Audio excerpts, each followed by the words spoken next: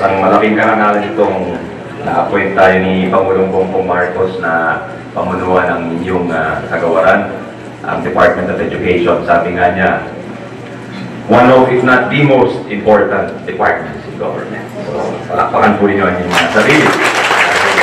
Kanyang kahalaga sa mata ng ating Chief Executive ang inyong department. And of course, hindi lingid sa ating kaalaman na halos kalahati ng burokrasya ay nandito po sa DepEd family.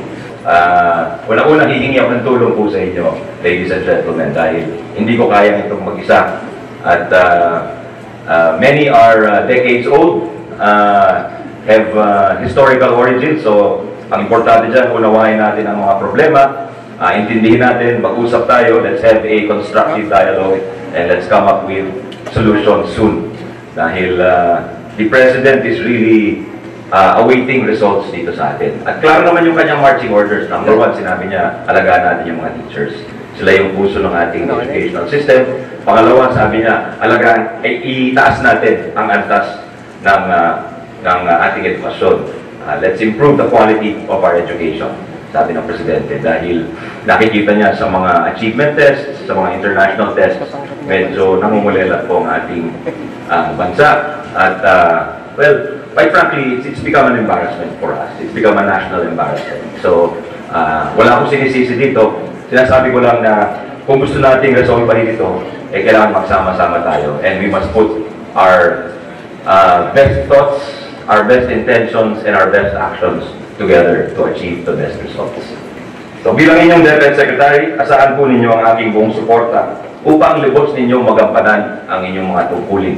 So, myself and many of my USEX, ASEX, I ask you to be available to our DepEd employees.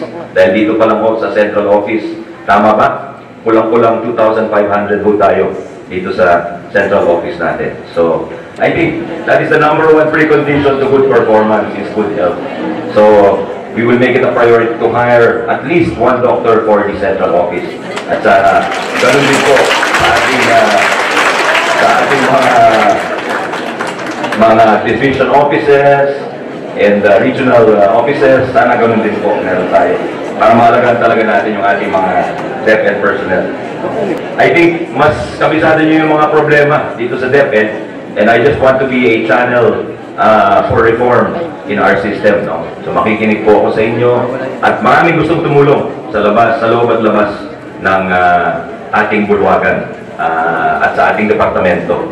Marami sa pribadong sektor, marami sa international organizations, marami sa charitable organizations, marami sa private sector, corporate donors, well-meaning individuals. So, papasukin natin sila sa ating bahay at siguro palakasin natin ang ating tirahan para makapagpanilbihan tayo ng mas maigi at mas mabuti sa ating mga kababayan. Alam niyo yung mga problema, no? Yung kakulangan ng silid-aralan, ng teacher, etc. Ibibigyan natin ang karagdagang atensyon po yan sa darating ng mga araw at linggo. At again, let me direct my call for your assistance. May kasabihan po sa Pilipino, mag-isa, mabilis, sama-sama, malayo. So, sana mabilis tayo at sama-sama tayo. So, maraming salamat sa inyo. Kung may gusto kumausap sa akin, I'll make myself available in my office for the whole day, except may sona kami mamayang hapon.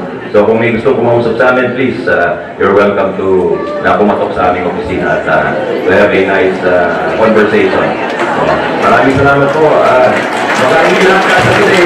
Schedule natin sa mga darating araw. God bless po sa Department of Education. Mabuhay po kayo lahat.